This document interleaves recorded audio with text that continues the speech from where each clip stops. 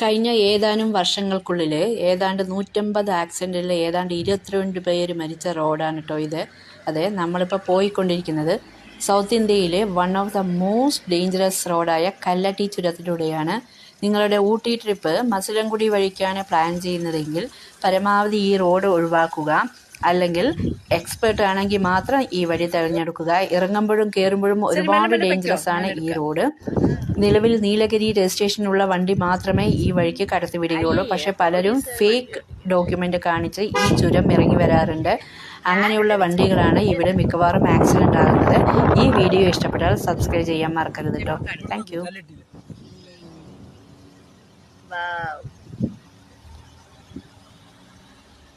Theppakadu 24 kilometre.